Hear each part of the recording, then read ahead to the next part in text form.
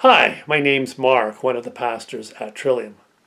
How can this be? How can the disciples be so unmoved by their 3-year journey with Jesus? And I think the answer is pretty straightforward.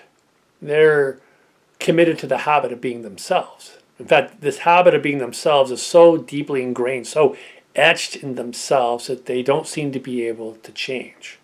I'd almost call this a form of addiction.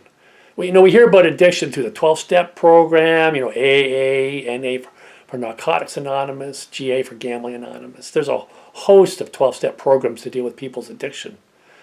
But I think the most fundamental addiction we all face is the addiction of being ourselves, this habit of being ourselves. I call it an addiction because many of the habits, many of the mannerisms we have, the patterns that are in us are self-sabotaging, self-destructive. They're not things that we would by right choose for ourselves, but they're patterns in us that are so deeply embedded, so part of us that it's hard to change. Doubt me on this? Try changing a little habit you've had for a number of years. Try changing a mannerism about yourself. It's really, really hard. As they say, I think we're addicted to being ourselves. You're addicted to being you. I'm addicted to being me. And that means change is very, very difficult. I think the disciples are unmoved by their experience with Jesus because they have not been willing yet to surrender to him or to God. And I realize that's true for myself too. I'm in the habit of being myself. I'm so ingrained in that I'm even addicted to the habit of being me that I can't change. And I think at the core of it all is this belief within myself that I can still make my life work for myself. I still think I can get it done. I still think I can get to where I want to go based on my own efforts. And I realize that's not possible. And the disciples, they're ultimately going to go out with the Lord and they're going to take his message out to the world, but it's only going to come after they surrender themselves to him. So I've come up with my 12-step program for surrender because I've realized when I've looked over the 12-step program in the past that it's actually a program to surrendering yourself to your higher power. That's what it's really about. It's not really about trying to deal with the addiction of the substance you're struggling with. Of course, it is about that, but it's not ultimately about that. If you look at AA, alcohol is only mentioned once in the first step. After that, it disappears because that's not where the main issue is. The main issue is that we need to surrender ourselves to the higher power. And so I've come up with my own 12-step program to deal with my addiction, which is my addiction to being me. My addiction to being me, my claim to my right to myself, and the desire to run my life from my own point of view. And so that's what I've come up with. And I share it with you as an example of how we could use the 12-step program to lay out our own program of surrender to God. So here we go.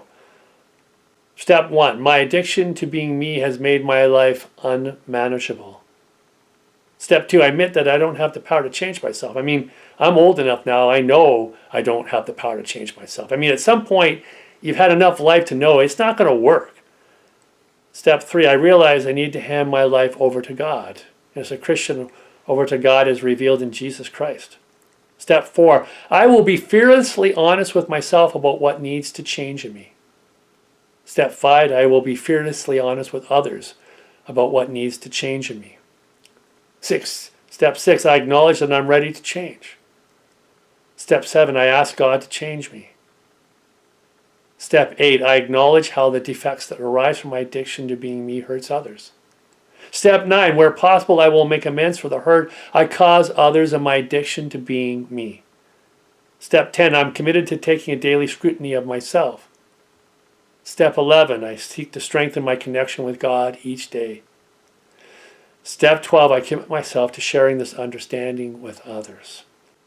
This is my practice of surrender, my practicing surrender to God, surrendering my will, my life, my very identity to God. I invite you to consider how you might want to go about surrendering to God too, to your higher power. The key of our spiritual journey is that place of surrender. We can have all these wonderful experiences, but unless we come to that place of surrender, it won't amount to very much. We'll find that we're really back at the beginning, where it all started. The Bible says on the other side of our surrender to God is a wonderful world. A wonderful world is waiting for us. There's a whole world of life, of love, of joy, and peace waiting for us. In this topsy-turvy world we live in, we can still have the repose that comes from the blessing of surrendering our identity, our lives to God. That's what the disciples ultimately do.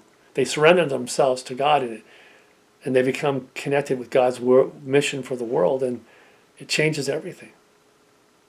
Perhaps that is the goal for God in our own lives too. We surrender to God, and God comes to us and allows us to be reborn in God's image so that we can go out with this blessing and change our world too.